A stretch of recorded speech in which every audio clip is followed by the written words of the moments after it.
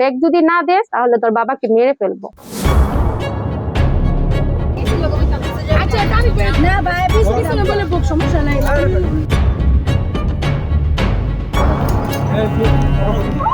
আমি গত বুধবার রাতে বৃহস্পতিবার করে সৌদি যাওয়ার জন্য রাস্তায় বের হই। বের হওয়ার সময় কিছু ছিনতাইকারীরা এসে আমার পিস্তল থেকে আমার পাসপোর্ট, প্লেন টিকিট, লগে সাথে মোবাইল, 3টা মোবাইল, আমার স্ত্রীর, আমার কিনা সমুদ্রের ওয়েপের, আর আমার মোবাইল, সাথে 900 রিয়াল ছিল, আর বাংলা টাকা 8,000 টাকা ছিল। আমার স্ত্রী নাগপুর দস্তরস্তি করে এগুলো ছিনিয়ে নিয়ে যায়। আমরা বুধবার দিন আমার স্বামী মানে বিদেশের উদ্দেশ্যে রওনা দিয়েছে, তখন আমরা যখন মসজিদের সামনাসামনি চলে গিয়েছিলাম তখন ডাকাতেরা এর আগে থেকে আমাদের ফলো করছিল, কিন্তু তখন আমাদের উপরে কোনো আক্রমণ করেনি। যখন আমরা মসজিদের সামনাসামনি চলে আসছি তখন একটা ডাকাত মসজিদের পিছনের রোড থেকে সামনাসামনি উপরের দিকে এসে মানে এরকম ভাবে আসছে আমরা কেউ বুঝতেও পারি নাই, সাথে সাথে এসে আমার ব্যাগ টান দিছে। টান দেওয়ার পর যখন আমি পিছনের দিকে তাকিয়ে চিৎকার দিছি তখনই সাথে সাথে আমার বুকের ভিতরে ওনারা